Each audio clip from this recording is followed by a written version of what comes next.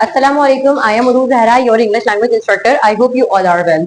आज की इस वीडियो में हम आईएलटीएस स्पीकिंग सेशन की तरफ जा रहे हैं। ऑल्दो मैं तमाम स्ट्रेटेजी सिर्फ इस वीडियो में आपको बताऊंगी क्योंकि स्टूडेंट्स के सबसे ज्यादा जो आजकल बैंड स्कोरिंग का सिलसिला है वो स्पीकिंग में बहुत कम नजर आ रहा है। अब ये क्यों है? या तो वो स्ट्रेटेजीज फॉलो नहीं करते हैं, क्योंकि स्पीकिंग सिर्फ हमें बोलते ही नहीं रहना है, हमें देखना है कि एग्जामिनर हमसे कब कैसे जवाब मांगता है, हमें कहाँ पर रुकना चाहिए, हमारी बॉडी लैंग्वेज क्या होनी चाहिए, हमें उससे डिबेट करनी है, डिस्कशन करना है। ये तमाम बातें आपको आज स्पीकिंग के सेशन में समझ आएंगी।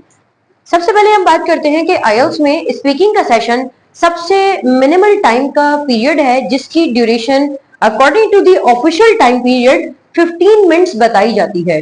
लेकिन आईएलटीएस का ये सेशन स्पीकिंग का 15 मिनट से हमेशा कम ही होता है, जो मैंने अकॉर्डिंग टू माय ऑब्जर्वेशन मैंने नोट किया है और अपने स्टूडेंट्स को भी। ज्यादा से ज्यादा 8 to 9 minutes are enough for you, क्योंकि 8 से 9 मिनट में आपका स्पीकिंग का सेशन हो जाता है। लेकिन इसकी भी जो स्कोरिंग है वो आपकी 9 बैंड्स की ही होती है। आपको 9 बैंड्स का ही ये टास्क है। यानी अगर मैं कहूँ कि ये डू और डाई वाला सिलसिला होता है कि आपने रीडिंग अटेम्प्ट कर लिया, आपने लिसनिंग कर लिया, आपने राइटिंग कर लिया, कुछ ना कुछ मिल जाता है। लेकिन इसमें आपके पास आप टाइम बाउंड भी हो चुके हैं और सिर्फ 7 8 या 6 से 7 मिनट में आपको स्पीकिंग का ऐसा जवाब देना है कि एटलीस्ट वो आपको 7+ बैंड्स स्पीकिंग में दे दे, क्योंकि स्पीकिंग में ऑलमोस्ट नेटिव जो है वो 8+ लेकर आ रहे होते हैं और 7.5 लेना भी कोई मसला नहीं है, लेकिन जरा कुछ स्ट्रेटेजीज को फोकस किया जाएगा। सबसे पहले हम बात करते हैं कि आईएलटीएस में हमारे पास स्पीकिंग में 3 टास्क आएंगे। ये 3 टास्क यानी 3 राउंड्स हमारे पास होते हैं। सबसे पहले आपके पास जो सेशन कहलाता है, अच्छा 9 बैंड्स का क्योंकि टास्क है तो ईच टास्क हमारा 3 बैंड्स का है। अगर आपका पार्ट 1 अच्छे से क्लियर हो जाता है तो आपको 3 बैंड्स, पार्ट 2 भी आपका 3 बैंड्स पर डिपेंड कर रहा है और पार्ट 3 भी 3 बैंड्स पर ही डिपेंड कर रहा है।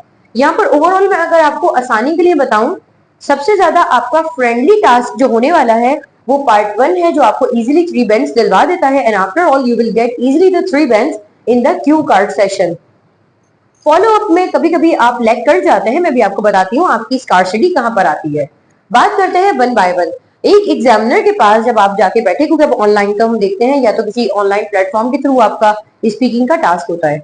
सबसे पहले स्पीकिंग में जो सवाल का आपके पास सेशन आता है दैट इज कॉल्ड इंट्रोडक्शन का सेशन, यानी इंट्रोडक्टरी सेशन हमारे पास कहलाता है। इसको हम इंटरव्यू सेशन भी कहते हैं।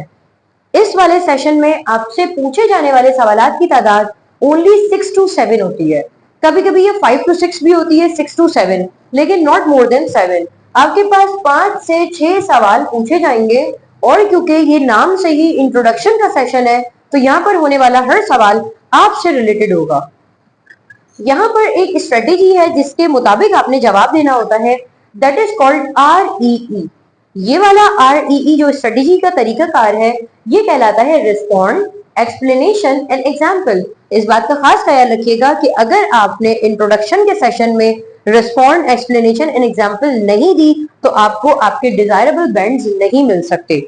ये होता क्या है, अभी हम बात करते हैं कि ये REE कैसे अप्लाई होगा, लेकिन इससे पहले कुछ चेकलिस्ट पार्ट 1 की गिवन है, इसको हम जरा डिस्कस कर लेते हैं। सबसे पहले है कवर ऑल क्वेश्चंस। अब यहाँ पर 1 बाय 1 आपके पास सवाल आएगा। फॉर एग्जाम्पल अगर उसने आपसे कहा, सबसे पहले वो सवाल आपसे करते हैं कि may I check your ID card, तो आपने कहना है yeah here it is, yeah sure here it is. आपने उसे ये नहीं कहना यस और कार्ड नहीं पकड़ा देना है, आपने कहना है या हियर इट इज।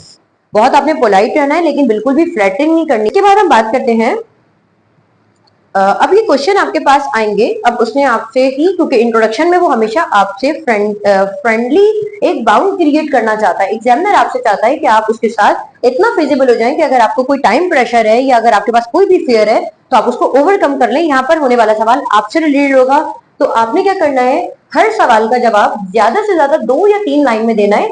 और कुछ सवाल तो ऐसे भी होते हैं जिसका जवाब आप 1 लाइन में भी दे सकते हैं। फॉर एग्जाम्पल अगर उसने आपसे कहा कि may I check your ID card, तो इसमें आप डेफिनेट सी बात है 2 लाइन में जवाब नहीं दे सकते, या शो हियर इट इज, या अगर आपको कोई और तरीका है तो आप मजीद बता सकते हैं। उसने आपसे नेक्स्ट सवाल करना है कि what are you being called. Called, जहां पर भी कॉल्ड करके बात आती है वहां पर वो आपसे आपका नाम पूछता है, what are you being called, या व्हाट्स योर कॉलर आइडेंटिटी। तो यहाँ पर आपने कहना है, मैं इंशाल्लाह इनकी फर्दर वक्तन फवक्तन इसकी वीडियोस बनाती रहूंगी, लेकिन फिलहाल अभी ओवरव्यू में आपको बताती रहूंगी कि इसके सवाल कैसे होंगे। उससे आपसे कहा what are you being called, तो आपने बताना है आपका एक फैमिली नेम होता है और एक आपका सर नेम होता है, यानी आपका अपना नेम और एक आपका सर नेम। तो फॉर एग्जाम्पल मैं अपनी मिसाल देती हूँ, my name is Urooj Zahra, you may simply call me Urooj. या फिर आप दूसरे तरीके से कह सकते हैं माई name is Urooj Zahra, it's spelled UROOJ, क्योंकि वहां पर नेटिव्स में डबल ओ करके कोई कंसेप्ट होता नहीं है, तो वहां रिपीटिशन ऑफ द वर्ड्स को आपने कहना है OOJ। तो आपने यही ख्याल करना होता है। आप दोनों तरीके से कह सकते हैं, बट आई पर्सनली प्रेफर कि आप कह दें कि माई नेम इज, और उसके बाद बता दें you may simply call me this.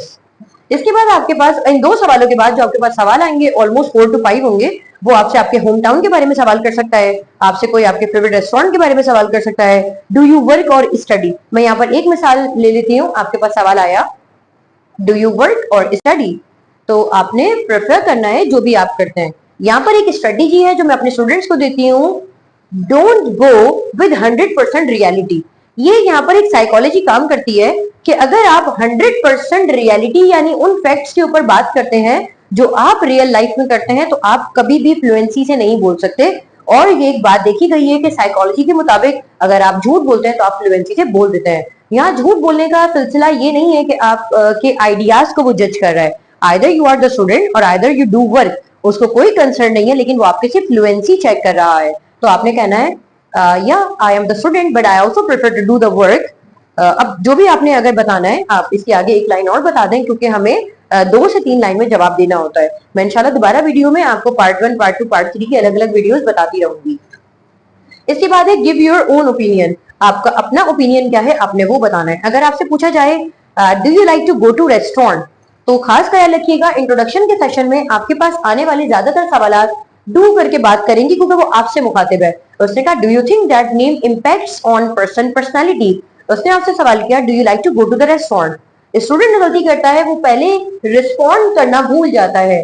आपने पहले सवाल का जवाब देना है नो आई डोंट थिंक या yes I do believe that. तो आपने इसका ख्याल रखना है, उसके बाद आपने अपना पॉइंट रखना है, अगर सुटेबल लगे तो एग्जाम्पल देनी है।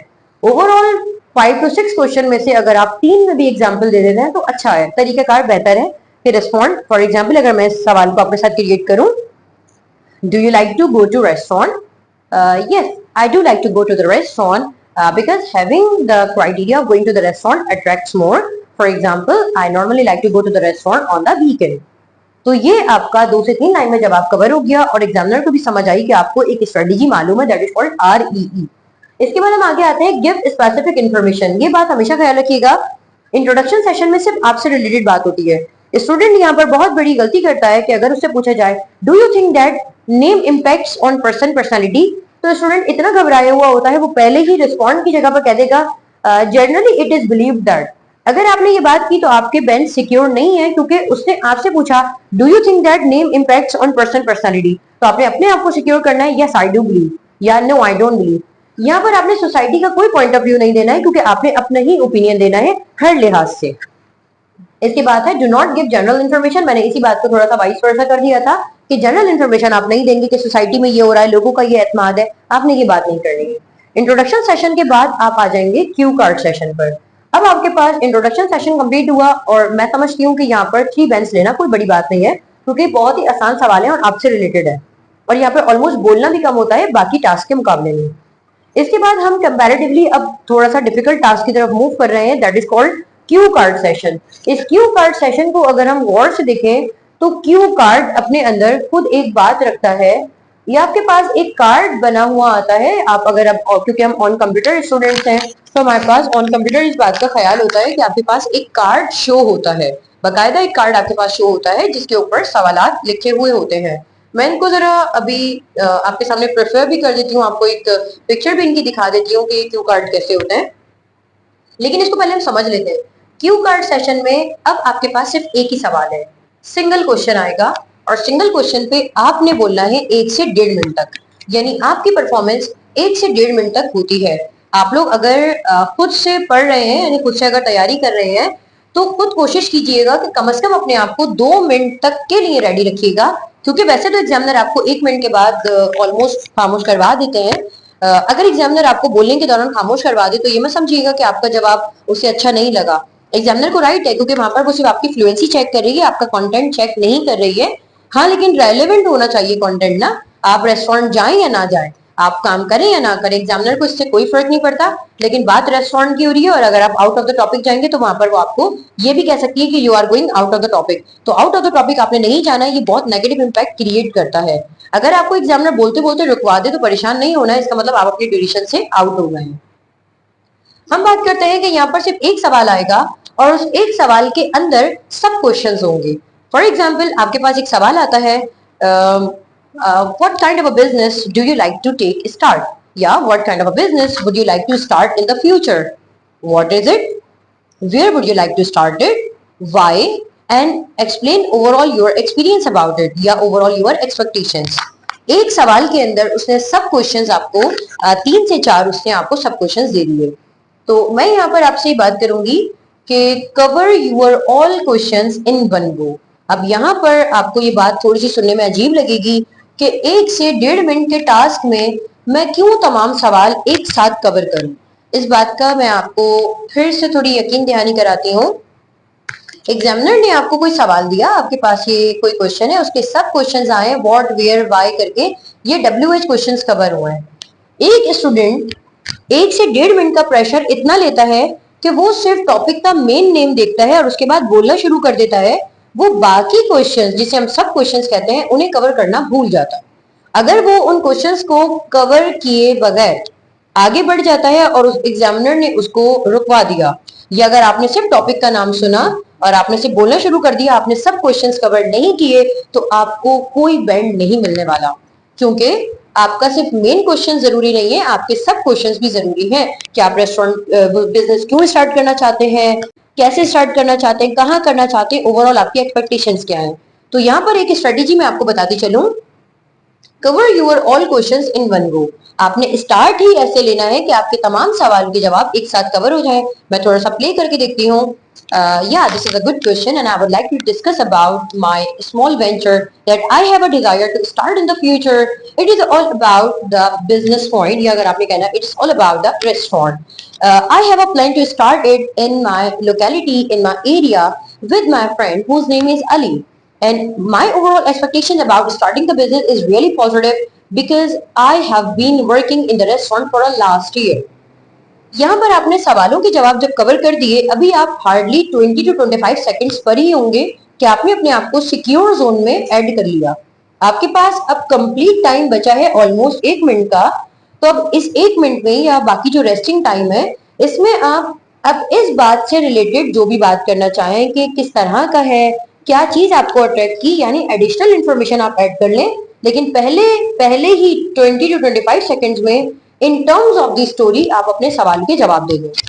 यहाँ पर स्टूडेंट एक बहुत बड़ी गलती करता है, वो बोलता है एक सवाल का जवाब दिया, दोबारा सब क्वेश्चन की तरफ देखा, फिर सवाल का जवाब दिया, फिर सब क्वेश्चन की तरफ देखा। तो ये नहीं करना है, क्योंकि जस्ट लाइक अ स्टोरी आपने तमाम बात क्रिएट करनी होती है। Here you are 100% checked because of the your fluency. आपको 100% चेक किया जाएगा आपकी फ्लुएंसी की मदद से। आगे हम बात करते हैं कि यहाँ पर इस तरह के टास्क के लिए एकदम से हम तो रेडी नहीं हो सकते कि हम कैसे सवालात बनाएं। तो मैं इनकी दोबारा आपके साथ वीडियो शेयर करूंगी इंडिविजुअली, लेकिन फिलहाल अभी ओवरव्यू के लिए मैं आपको ये बता दूं, आपके पास कोई सवाल आता है, जैसे ही आप पार्ट 1 से पार्ट 2 में कन्वर्ट होते हैं, आपके पास एक पेपर और एक पेंसिल या पेन दे दिया जाता है। आपको 1 मिनट का टाइम दिया जाता है प्रिपरेशन के लिए। आपने वो प्रिपरेशन जैसे कर ली, अब वो प्रिपरेशन कैसे करते हैं हम, सवाल आपके सामने आया, 2 अवेलेबिलिटी होती है, या तो वो क्वेश्चन 1 मिनट के बाद स्क्रीन से चला जाएगा, आपने जो भी नोट्स बनाए हैं नोट्स आपके हाथ में रहेंगे, आप उनको देखकर with the help of your notes आप आइडिया क्रिएट कर सकते हैं, या फिर वो सवाल रह भी सकता है। यहाँ पर आपने यही वर्स्ट सिचुएशन में तैयार रहना है कि क्वेश्चन आपके सामने से चला जाएगा और आपका फुल डिपेंडेंट किस पे हो जाएंगे आप, अपने नोट्स पर। तो यहाँ पर आपने इस बात का ख्याल रखना है कि जो भी सवाल थे उनको एक आइडिया में आपने ऑर्गेनाइज कर लिया। फॉर एग्जाम्पल आपने इसके नोट्स बना लिए पेपर पर, रेस्टोरेंट का नाम आपने लिख लिया, क्यों जाना चाहते हैं, किसके साथ जाना चाहते हैं, तो आपकी नजर जब पड़ती रहेगी, फॉर एग्जाम्पल अब आपने बताना शुरू किया, this is a good question for me, I would like to discuss about the restaurant that attracts me more, I would like to share some words about the restaurant name is this and I would like to start with this, why this and expectation, you would like to explain your expectation as well. तो वो यहाँ पर आप बताते रहेंगे as आपका time complete होगा। कोशिश करें टाइम के अंदर रहें, 1 मिनट तक हो जाए। अगर आपको लगता है कि एग्जामिनर आपको चुप नहीं करवा रही है, तो अगर आपको लगता है कि आपने तमाम सवालों के जवाब दे दिए हैं और तमाम रेलेवेंट इन्फॉर्मेशन दे दी है तो खुद भी खामोश हो सकते हैं, अदरवाइज एग्जामिनर आपको 1 मिनट तक रुकवा देगी क्योंकि इतनी ज्यादा टाइम आपके पास होता भी नहीं है। यहाँ पर हम देख लेते हैं मेंटेन योर फ्लुएंसी। मैंने यहाँ पर ये बात एक्सक्लूसिवली मेंशन की है कि मेंटेन योर फ्लुएंसी, फ्लुएंसी का ख्याल रखना है। Do not become worried about the content. मैं फिर बता दूं, आपके कंटेंट को चेक नहीं किया जाता है। आपको रेस्टोरेंट पसंद है, नहीं पसंद है, आप प्लास्टिक का बिजनेस करना चाहें, आप शूज का करना चाहें, आप अपने in terms of your content will never be जज। आपको सिर्फ फ्लुएंसी पे जज किया जाता है। जल्दी से आगे बढ़ते हैं। Do not accept the fake accent. अब देखा जाता है कुछ लोग हैं जो बहुत स्ट्रगलिंग फेज पर जाकर आईएलटीएस कर रहे होते हैं, तो अगर उनका एक्सेंट फेक यानी फेक एक्सेप्ट ना करें, क्योंकि बाज दफा फेक एक्सेंट की वजह से आपकी प्रोनाउंसिएशन गलत हो जाती है। अगर आपका एक्सेंट आपका ओरिजिनल है तो ठीक है, काम चल जाएगा, you may also get the better marks. लेकिन अगर आपकी किसी वर्ड की प्रोनाउंसिएशन गलत हो गई तो फिर उसमें आपके नंबर जो है वो डिडक्ट हो सकते हैं।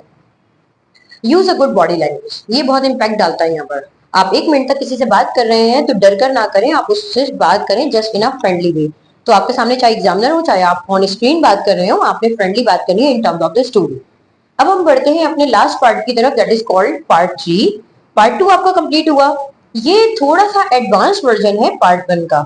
यहाँ पर जो तमाम स्ट्रेटेजीज मैंने लगाई थी वो तमाम स्ट्रेटेजीज यहाँ पर भी आएंगी, यूज REE मेथड। लेकिन मैं यहाँ पर बता दूं कि ये फॉलो अप सेशन कहलाता है। फॉलो अप सेशन कभी कभी हो जाता है क्योंकि जो टास्क 2 में आपका सवाल आता है, फॉर एग्जाम्पल रेस्टोरेंट का आ गया था, रेस्टोरेंट के ही कुछ अलग सवाल, चार से 5, ज्यादा नहीं होते, कभी कभी 3 या 4 भी होते हैं, या 4 से 5, वो फॉलो अप क्वेश्चन उन्हीं से निकालकर कोई सवाल आपको दे दिया जाएगा। This is also called the discussion session. Discussion session का मतलब होता है कि आपका ओपिनियन एग्जामिनर के साथ जज किया जाता है। अगर एग्जामिनर ने कोई आपको बात कही है, अगर आप उससे एग्री करते हैं तो भी आप बता दें, डिनाई करते हैं तो भी आप बता दें। और इसमें सिर्फ ज्यादा से ज्यादा 4 से 5 सवाल होते हैं, नॉर्मली तो आजकल सिर्फ 3 ही सवाल आते हैं। Use REE method, respond, explanation, example. यहाँ पर हम 2 लाइन में जवाब दे रहे थे, यहाँ पर आपको ऑलमोस्ट 4 से 5 लाइन में जवाब देना होता है। Cover each question in 4 to 5 lines, already मैं बता चुकी हूँ। यहाँ पर आपने कोशिश करनी है कि वोकेबलरी की वाइड रेंज रखनी है। वाइड रेंज का मतलब है क्योंकि यहाँ पर आप इसी सवाल से रिपीटेड क्वेश्चंस यहाँ पर निकाले गए हैं, तो यहाँ पर आपकी वोकेबलरी चेक होती है कि ऐसा तो नहीं है आप बार बार रेस्टोरेंट पे गो टू, लाइक टू, ये तमाम बातें कर रहे हैं। तो यहाँ पर कुछ वोकेबलरी आपने इनहेंस करनी होती है। And use complex sentences. Complex sentences का मतलब होता है कहाँ पर आप मॉडल्स लगा रहे हैं, should, can, may, might, must, उन्हें किसी तरह एडजस्ट करें ताकि आपकी बात में वैरायटी ऑफ सेंटेंसेस नजर आए। और लास्ट पॉइंट है do discussion not debate. Discussion करनी है, बात करनी है, आप उनकी बात को एग्री या डिसएग्री कर सकते हैं लेकिन बहुत मैनरेबल वे में। फॉर एग्जाम्पल आप उनसे डिबेट ना शुरू कर दें तो डिबेट में आपका पॉइंट नेग्लेक्ट भी किया जा सकता है। तो आई होप आपको यहाँ तक ये बात समझ आई है। अगर आपका कोई भी सवाल है तो मुझसे पूछ लें। इसके साथ ही मुझे इजाजत दीजिए, आपसे दोबारा मुलाकात होगी एक नई वीडियो में। तब तक के लिए अल्लाह।